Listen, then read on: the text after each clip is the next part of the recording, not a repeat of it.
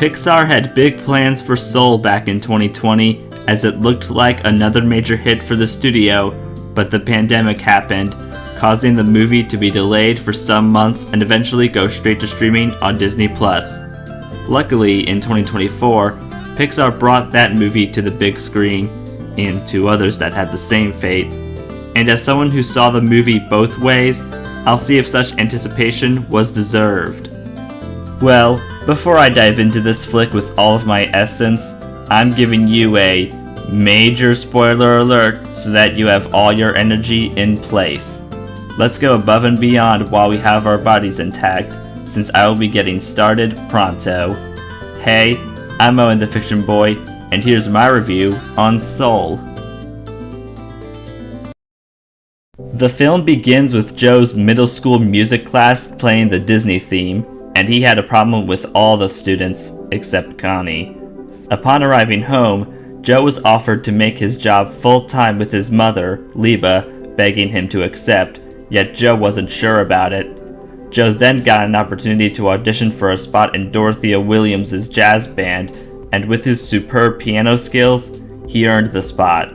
However, as Joe was ecstatic about the great news, he fell down a manhole and died. His soul was on an escalator to the great beyond, but he refused to accept death, so he got off the escalator and wound up in the great before, a realm of newborn souls preparing for life on Earth by getting interests and personality traits with counselors who all go by the name of Jerry, acting as their guides. After multiple failed attempts at going to Earth, Joe learns that mentors can help souls find their sparks, so he takes a mentor's tag and gets paired with Soul 22. Meanwhile, Terry notices that the soul count was off, making herself desperate to fix it. Turns out 22 is a soul that doesn't want to live on Earth, and following the event of Joe showing 22 his life and how he was inspired into jazz music, they make a deal. Joe helps 22 complete her Earth Pass, and she will let him have it so he can live again. Alas, they were unsuccessful, so they went to the Zone, home of all the lost souls.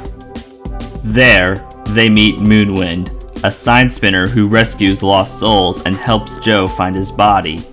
It was in the hospital with a therapy cat on top of his body. In a rush to get back, he and 22 get to Earth, yet they end up in the wrong bodies, as 22 was in Joe's body, whereas Joe was in the cat's body. The duo escaped the hospital, and 22 was having a tough time being in a human body, which was getting hungry, so Joe snagged a slice of pizza for her, making 22 experience taste.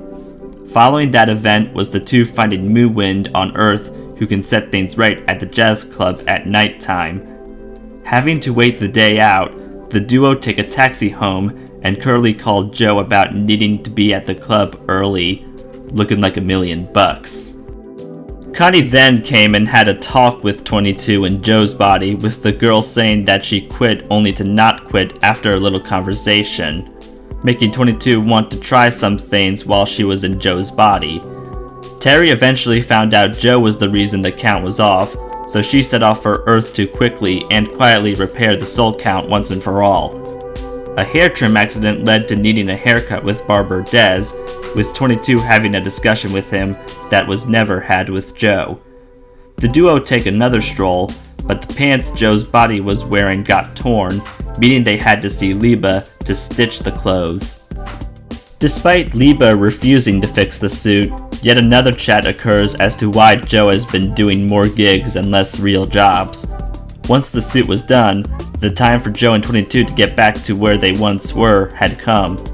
At least, it was going to be that time, but 22 wanted to continue living in Joe's body, leading to a chase in the subway station, and making matters worse was that it was the perfect opportunity for Terry to trap the two and bring them back to the great before.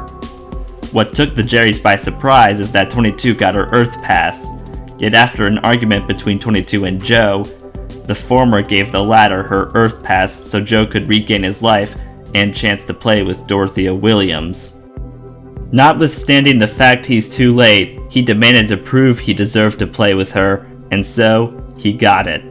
Having said that, upon hearing from Dorothea that they'd be doing the same thing again and again, Joe felt like his lifelong dream coming true wasn't as good as he thought he imagined it to be. When Joe got home, he reflected upon small objects 22 collected when she was in his body, and he chose to enter the zone in soul form to give 22 her Earth Pass back, yet she became a lost soul who rampaged in the Great Before.